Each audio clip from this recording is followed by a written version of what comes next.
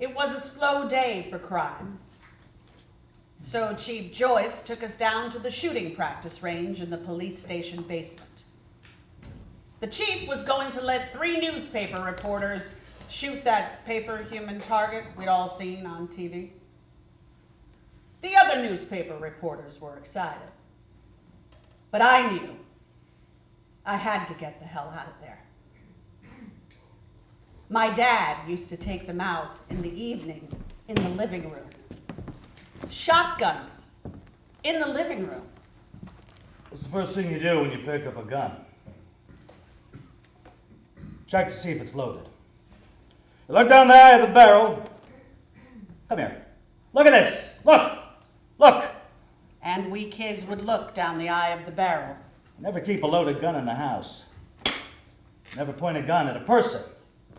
If a touch or hold a gun if a grown-up isn't present. Never. He hunted. He brought home ducks. He gave them to us to pluck. We kids would sit on the front porch, the light, limp weight of a dead duck on our laps, their necks dangling so we didn't have to look into their eyes. Soft feathers, damp smell, green, wet shit on the feathers near their ass. I avoided that part. He shot quail, pheasant, and squirrel that ate acorns in the forest. He was training Sepia, our black lab, to flush and retrieve birds. At dinner, we had to be careful of the buckshot. It was so small, round, and hard, it could crack our teeth. There was a long winter of venison, a giant buck he shot with his rifle.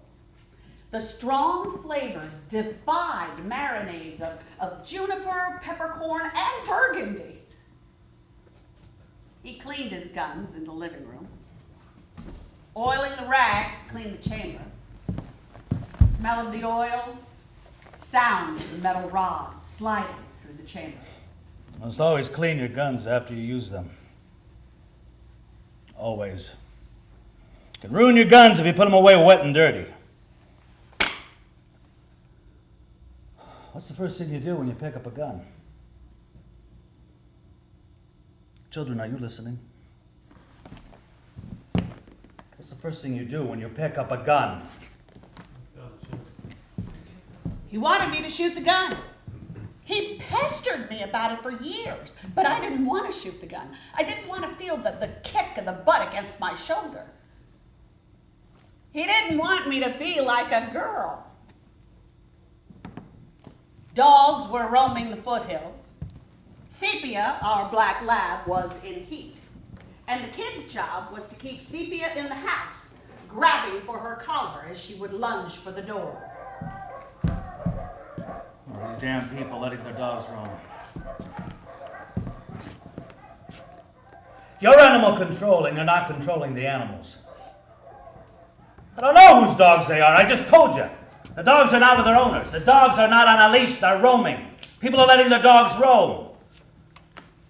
Well, I told you what I want you to do. I've captured the dog. I'm not asking you to catch it. All I want you to do is to pick it up. It's in the cab of my truck. I'm not showing cruelty to animals.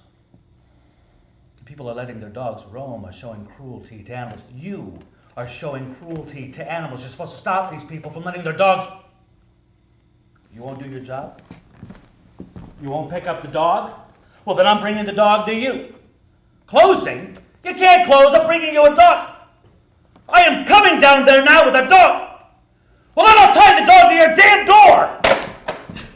He drove off with the dog. And the thing was, he liked dogs. He was crazy about Sepia, even though she turned out to be more of a family dog than a great hunter. The truck's headlights flashed down the canyon. Another dog howled on the road below our house, so Sepia rushed past. Her shiny black-blue fur slipped through our fingers. She ignored our stern dad-like nose. She didn't come when we called, Sepia! Sepia! We heard yelps on the road below, and Sepia was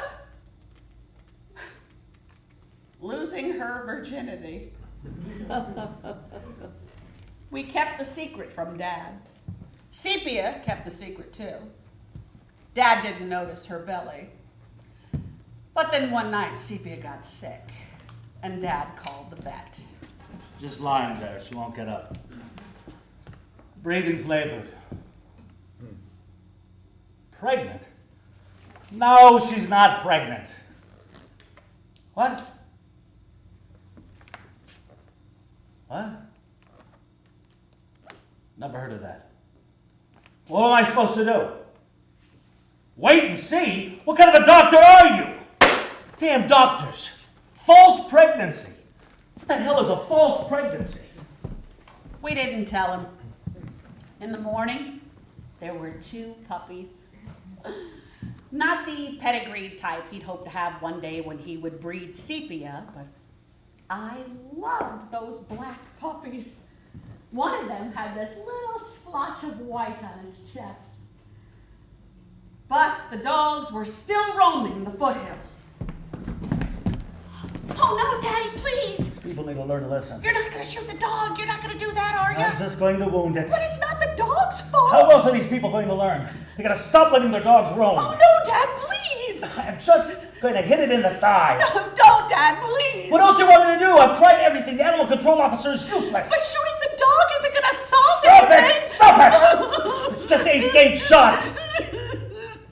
I'm aiming for the thigh.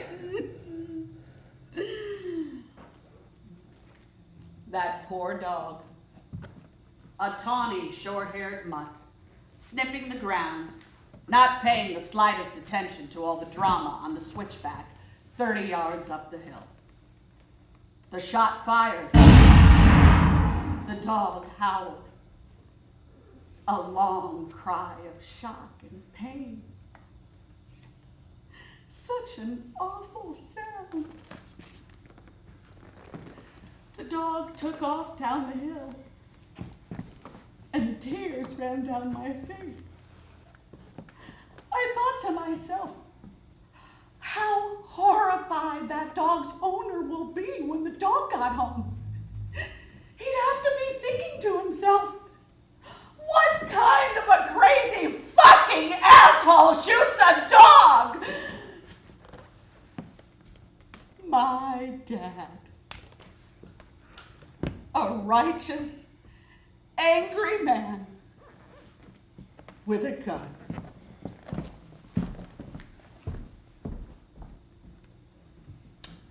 "35 years later, in the police shooting practice range, Chief Joyce returns with bulletproof vests, automatic pistols, and bullets. The chief hands me a vest, and I see the guns.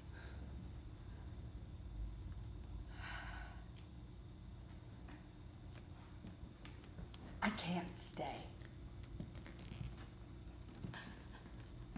I can't stay.